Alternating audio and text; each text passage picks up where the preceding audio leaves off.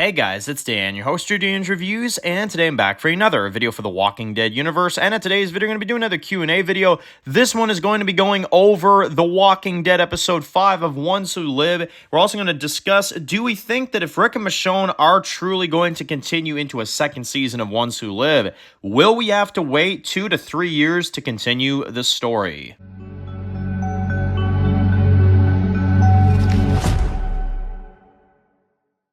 Alright guys, this one's going to be doing a review today. This one's going to be doing a review for the Walking Dead universe. And in today's video, we're going to be doing another discussion video. We're going to go into your Q&A questions today. We're going to go into all your comments and thoughts on episode 4, predictions for episode 5, and all that fun stuff in between. Obviously, of course, we did our review for episode 4, we did our predictions for episode 5, and we did a few theory videos. We did one on Morgan yesterday of the possibility of him potentially showing up in episode 5, which you can check out that video. We also talked about the preview photos that we got for this episode, which were really good as well. I did a video for that yesterday. And now we're going to go through your comments. We're going to go through all your thoughts and all your, feedback and stuff like that. So without further ado, let's get right into it. So the first one for today comes from Iron, who says that, Dan, do you think you're going to be upset when you find out that you're probably going to have to wait at least over 2 more years to see the continuation of Rick and Michonne's story after 106? Now, yeah, that is something to consider. And I feel like that's a lot of what, a lot of us are kind of thinking of, is that we have 2 episodes left, 2 weeks, and then Rick and Michonne are going to be done.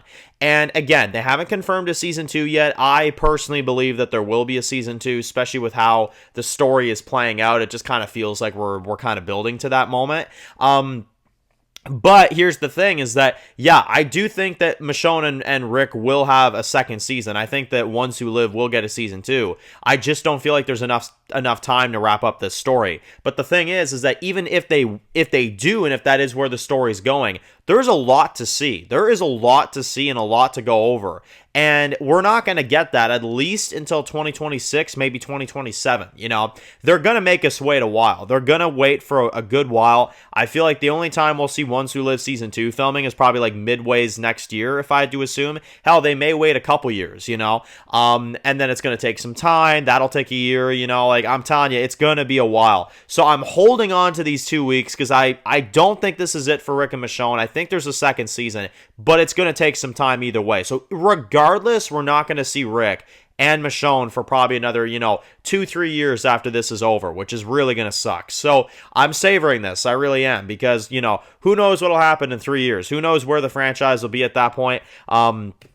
We'll just have to see. We'll have to see where everything's at that point, but I'm excited. I'm excited to see where it all goes in the end. Next one comes from Giuseppe, who says that, Dan, do you think the returning Walking Dead character could be a hallucination of Carl? Maybe Chandler Riggs filmed something and we don't know it. Now, that would be awesome if they had a moment with Carl where maybe, like, Rick's on the outside and he has a dream, but now that he's on the outside of the CRM, he can actually see him again. That would be so good. And you actually have like a grown-up Carl. Maybe like it's like a heavenly type of moment too. Like maybe he still has his eye or something. And it's like this really magical moment. I would love that, to be honest. Almost like proving that Rick has his mojo back, is like Carl coming back, telling him what he needs to do against the CRM and how he needs to go about this is what motivates him fully. I think that would be really cool, because Rick agreed to go with Michonne and to attempt to go back home. We know that. But there's more to the story that I'm sure we're going to get, and that's going to unfold here soon. So having Carl kind of have like a cameo moment like that, I think would be really, really awesome if they went that route. The next one comes from Mitch, who says that, Dan, do you see a scenario maybe at some point where Rick becomes the leader of the CRM and becomes the overarching leader of just the overall organization of the Walking Dead universe? And the reason why we follow Rick Grimes as a character, and the reason why he's the lead of the franchise, is because he's the one that's going to turn the CRM around. He's the guy that's going to solve everything, and by the end of it, we will feel a purpose on why we followed Rick for all these years. Absolutely. That is absolutely what I think is happening. And I think that Rick wanting to change the CRM will happen. I don't think it's going to happen anytime soon, but I do think it's going to happen. I do think that'll be something plot-wise that we get eventually.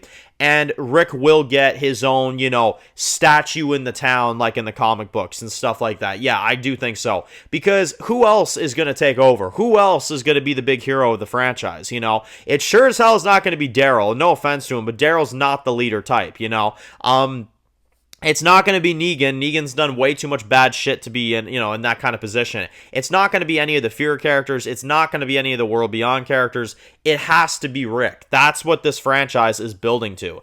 And it's building to our characters eventually being the rulers of everything. That's what this is going to turn into. And I can't wait for that. That's going to be amazing when that time happens.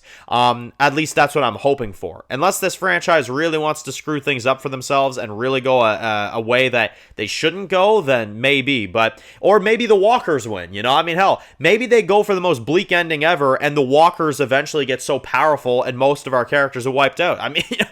Who knows, man? Honestly, who knows where this franchise is going? But yeah, I think Rick, we'll definitely have a major purpose in Rick's character by the time that the franchise is over. It'll be like, okay, that's why we followed Rick for all this time. That's why we followed his journey, For sure. That'll definitely be a part of the story at some point, Next one comes from Tyler, who says that, Dan, do you think Pearl Thorn will actually be the one to kill Jadis and actually let Rick and Michonne escape? Or do you think that she is full-on CRM and that's just the way it is? Now, for her, I feel like she's full-on CRM. I don't feel like she's going to let Michonne and Rick go, just mostly because I think she wants to hold on to Rick. Whatever kind of weird brotherly and sisterly bond they have, which I know Pearl Thorn's actress mentioned on her Instagram, is that's kind of like the relationship between them as like a brother-sister type of thing.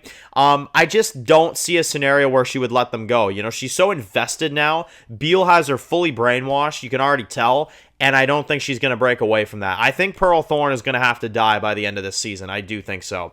But again, maybe she won't. Maybe she'll help out. I find it really unlikely at this point is all I'm saying. And we'll cap it off today from Violet, who says that, Dan, do you think there's any slim chance that General Beal is actually a good guy? Hell no. Hell no. Honestly, unless they want to pull a major twist and completely shock all of us. No, I don't see any scenario where that happens. He instructed a huge organization of people to be just killed and murdered and all this stuff. He destroys communities. He keeps people from their families. He doesn't let anybody leave. That is a villain. That's the ultimate villain right there. He's like the Thanos of The Walking Dead.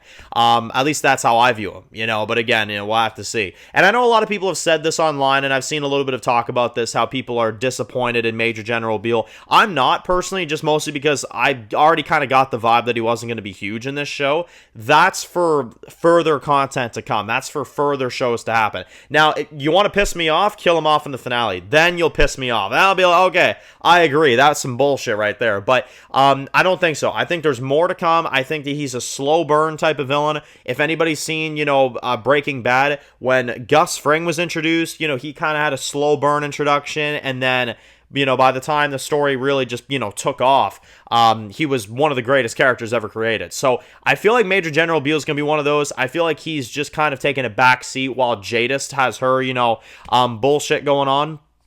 And then once she dies, I think he's going to phase in as the actual problem, which I'm excited for. I'm excited to see that. So let me know your thoughts in the comment section below on all this stuff. Are you excited for the penultimate? Are you excited for episode 5 of The Ones Who Live? And check out the preview photos if you haven't seen them yet already too. So anyway, if you're new to the channel and you enjoy videos like this, make sure to click the subscribe button to not miss any of the videos of The Walking Dead universe. Be sure to follow me on Dan's The Walking Dead Reviews Instagram, guys. And of course, I'll see you guys really soon for more videos of The Walking Dead universe. Enjoy the rest of the day, guys, and peace out.